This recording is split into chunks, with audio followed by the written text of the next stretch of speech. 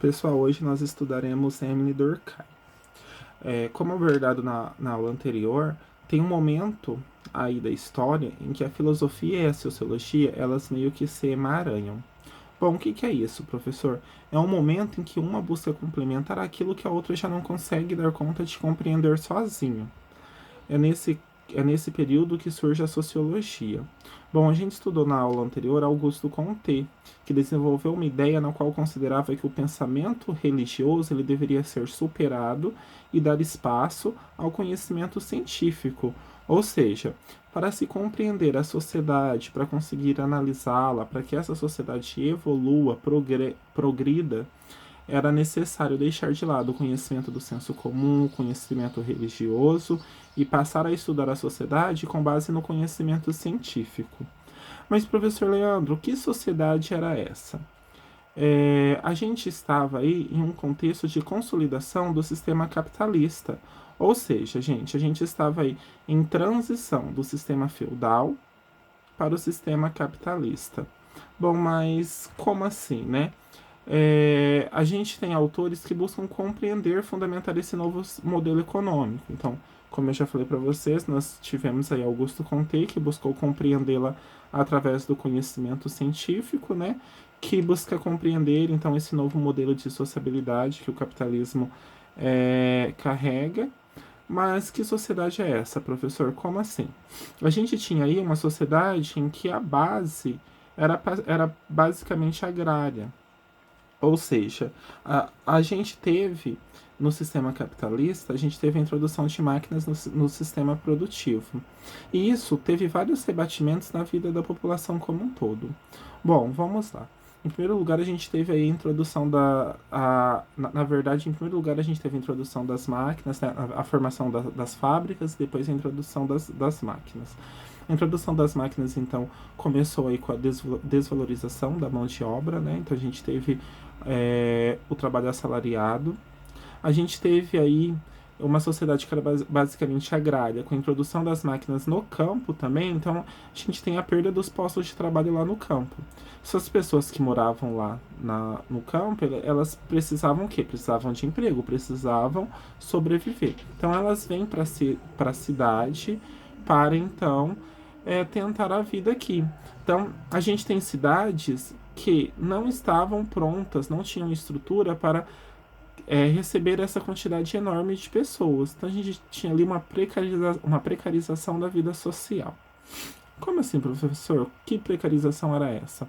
A gente tinha pessoas vivendo em condições insalubres, em residência insalubre, e a gente tem aí também o aumento da desigualdade. Por quê? Ao passo em que aumentava o trabalho assalariado, ou seja, os trabalhadores, os donos das fábricas, os donos das indústrias tinham mais o quê? Mais lucratividade, então acumulavam mais riqueza.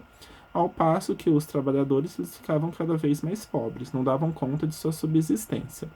É nesse período que a gente tem aí a introdução da mulher e das crianças nas fábricas, né, no mercado de trabalho, e a gente tem aí jornadas de até 16 horas diárias, então a gente tem uma condição muito insalubre da vida humana.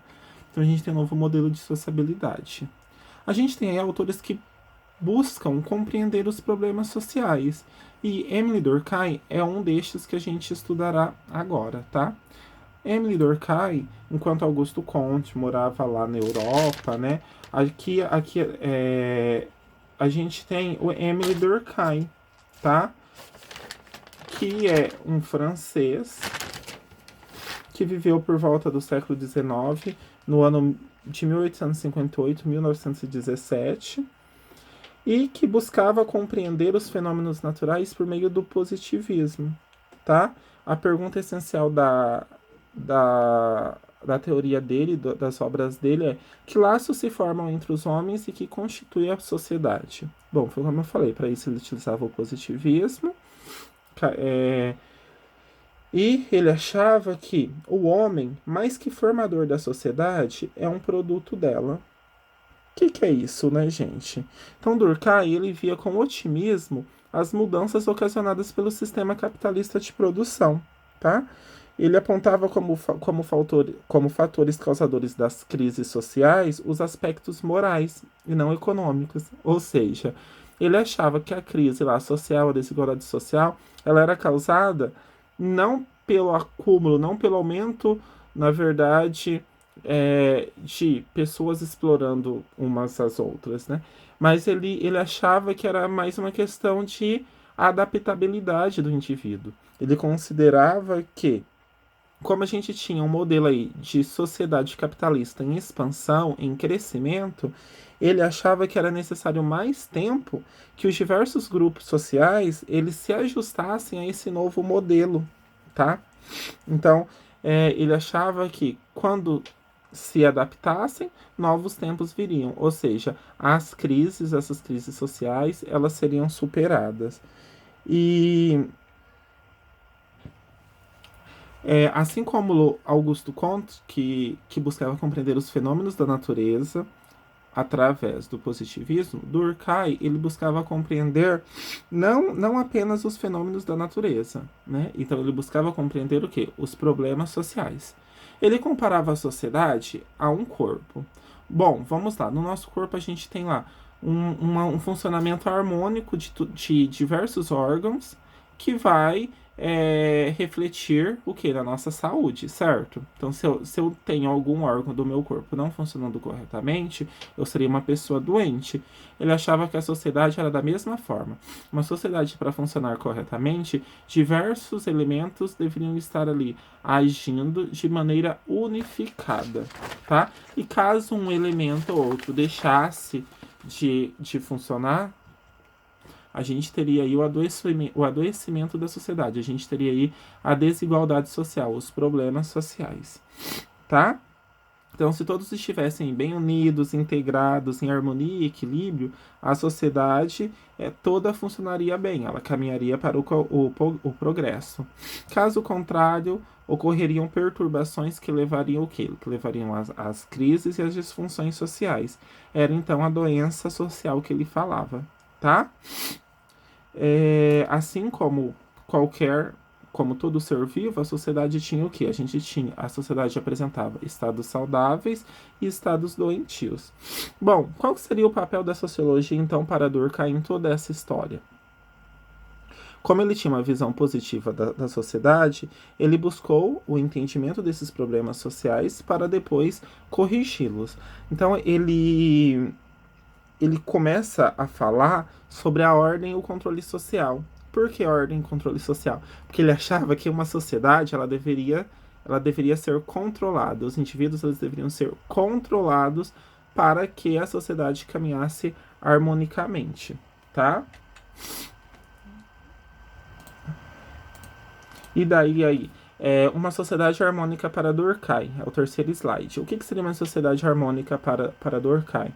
Uma sociedade em que o indivíduo ele vai se adaptar a essa sociedade. Ele não vai questionar a ordem vigente, ele não vai questionar o modelo.